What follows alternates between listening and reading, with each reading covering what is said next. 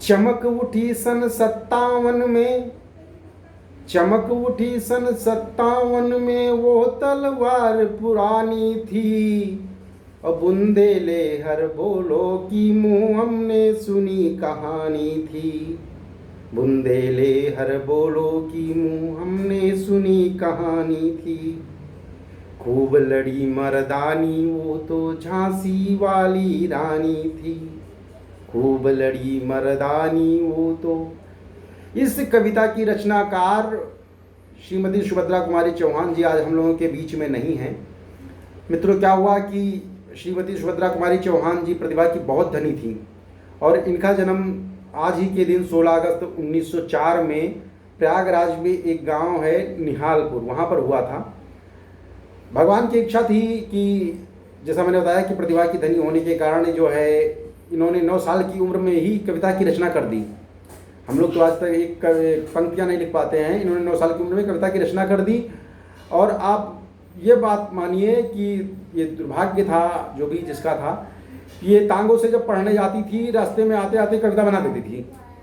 और मित्रों, क्या हुआ कि और मैडम जी जो है श्रीमती सुभद्रा कुमारी चौहान की जो हमें जानकारी मिली, इन्होंने कक्षा 9 तक ही जो है अपनी शिक्षा प्राप्त की। और 9 तक की शिक्षा प्राप्त करने के बाद में 9 वर्ष की आयु में इन्होंने कविता की रचना कर दी। और कितनी कविताएं लिख दी 9 तक पढ़ने होने के बाद में कि आप लोग देखकर सुनकर हतप्रभ हो जाएंगे।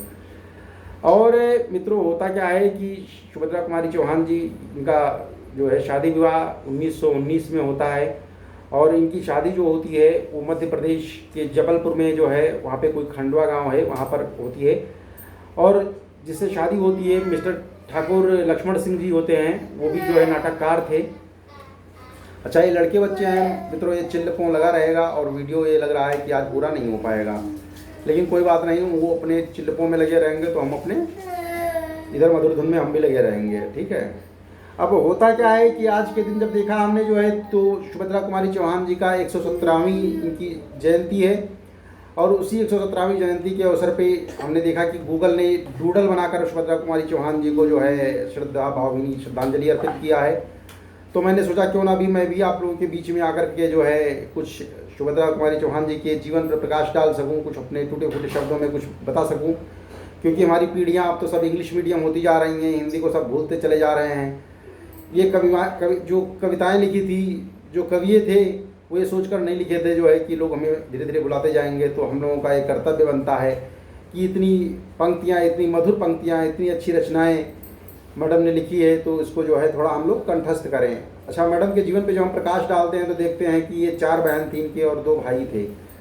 और इनकी जो जन्म हुई थी 16 अगस्त 1904 में, उस दिन नागपंचमी का दिन था। और जब इनकी मृत्यु हुई थी मित्रों, बहुत अल्पायु में इनकी मृत्यु भी हो गई थी। इनकी मृत्यु हुई थी जो है 15 फरवरी 1948 में। उस दिन ये बसंत पंचमी का दिन था। इतनी अल्पायु में इन्हें जो है श्रीमती सुभद्रा कुमारी चौहान जी ने कितनी रचनाएं रच दी, कितनी रचनाएं लिख दी कि आप देखकर सुनकर हतप्रभ हो जाएंगे। और इनकी रचनाओं का कार्य जो है काम हुआ कि हमारे देश को अनेकता को एकता में लाने के लिए, लोगों को उत्साहित करने के लिए।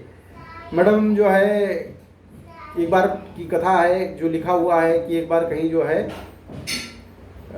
बापूजी से मिलनी, जो है दोनों हस्बैंड वाइफ दोनों मिलने गए। बापूजी ने पूछा कि क्या बेटी आपकी शादी हो गई है? मैडम ने कहा हाँ। इन्होंने उस समय खाकी पहन रखा था। तो बापूजी पूछते हैं कि आपकी चूड़ी कहाँ है और आप किस तरह जो है वेशभूषा धारण किए हुए हैं। अच्छा, जाओ आज और कल से जब आना तब अपने सही से जो है वेशभूषा में आना। तो मित्रों, इनके बारे में बहुत सारी रचनाएं हैं, बहुत सारी कथाएं हैं और हम जो भी पढ़ रहे हैं, सुन रहे हैं, वही आपको हम बता रहे हैं। तो आप लोग भी जो है एक बार थोड़ा समय मिलता है तो सुभद्रा कुमारी चौहान जी के बारे में जीवन पे प्रकाश डालिए और थोड़ा जो है अनुकरण करिए। क्योंकि मैडम ने जो है कविताएं बहुत सारी लिखी हैं। उन कविताओं में कौन कौन सा मैं बताऊं। मैडम ने एक कविता और बहुत प्रसिद्ध है कि कैसा हो बसंत। बेटा इधर आ जाओ, बाबू क्या फेंक रहा है? ये लड़का मेरा है भैया, सामान वामान फेंक दे रहा है सब जो है। तो इसमें लिखती है कि भूषण अथवा कवि चंद नहीं, भूषण अथवा कवि चंद नहीं, बिजली भर दे वो छंद नहीं, बिजली भर दे वो छंद नहीं।